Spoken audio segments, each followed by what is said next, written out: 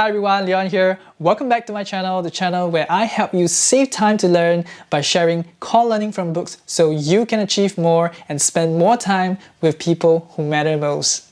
So let's dive right in to the book of the week. This book not only tells us how to set goals, but how to remain focused on achieving them. This book is Radical Focus by Christina Wodtke. The main learning in Radical Focus is the OKR methodology, which is used by Google, Zinger, and a lot of other successful companies in the Silicon Valley. OKR stands for Objectives and Key Results. And the main difference between this approach and other goal-setting approach is that it's not only a top-down approach, but it's good from bottom up as well. Therefore, it is encouraged for employees to help set the OKRs as well. Objectives of OKR should be qualitative and inspirational. It should be able to drive you and motivate you and make you feel alive for that quarter achieving that goal.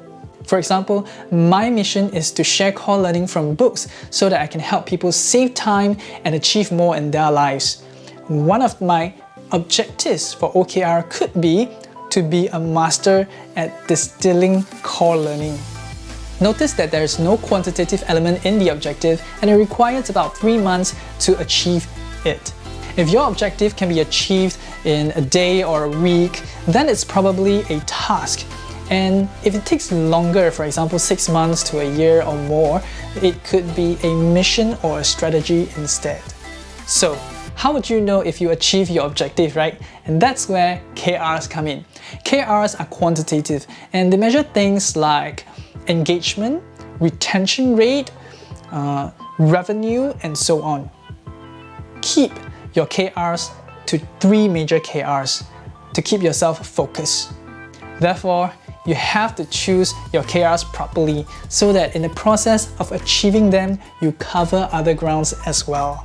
Christina provides us with this diagram in the book consisting of 4 key quadrants that we can use when doing our OKRs. In the OKR confidence quadrant, you put down your objectives and KRs. This number here represents your confidence level. It measures how confident you are in achieving it on a scale from 1 to 10. 1 being no confidence at all and 10 being a piece of cake.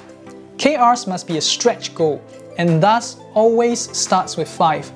Where you have a 50% chance of achieving it. Review and adjust it weekly.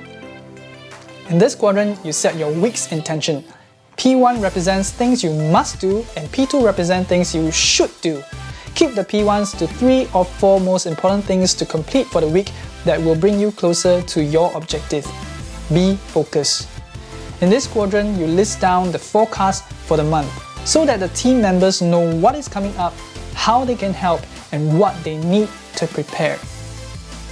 In the health matrix quadrant, pick 2 things that you want to protect. For example, key relationship with customers, well-being of your team, quality of your products. If any of the health matrix are disturbed, note it down here and discuss ways to rectify it. There are 2 important days of the week you set for OKRs, Monday and Friday.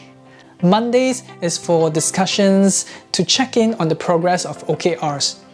You go through the quadrants and see if your P1s, your health matrix, your confidence level, and so on is bringing you closer to your objectives. If they aren't, rectify it. If they are, do more of what you're doing. Friday is for celebration. It is not a time for discussion.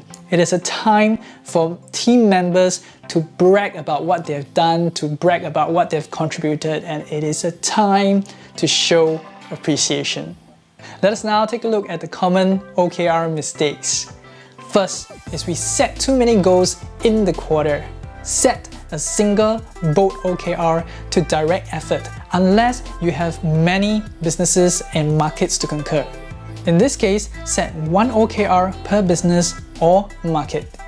Second, you set a metric-driven objective. As mentioned earlier, objectives should be qualitative and inspirational. That makes people want to wake up every day and go for it feeling alive. Some people are just not motivated by numbers. Third is not setting a confidence level. Confidence level is a measure of your capability. Having it set will ensure that the KR set is a stretch goal and not too easy nor too hard for you. Fourth, not tracking your changing confidence level. Tracking it will give you an indication of whether what you are doing is moving you closer or further away from your objectives. Fifth, you use Monday as a status report. Mondays are for discussions to check in on your OKRs, not status report. And six, you use Friday to talk tough. Fridays are for celebrations and appreciation. It's not for blaming. If you found value in this summary of Radical Focus, hit the subscribe button and turn on your notification bell to be notified of my weekly learnings. And if you like a one-page PDF summary of my core learning from Radical Focus, click the link below for a free copy. I thank you for watching, wish you well, and see you in the next video. Do check out these other books I've reviewed. I hope they will bring more value to you and inspire you to bring out your best potential. Hit the subscribe button and be part of a journey to inspire learning. Leon here, wishing you well and see you in the next video.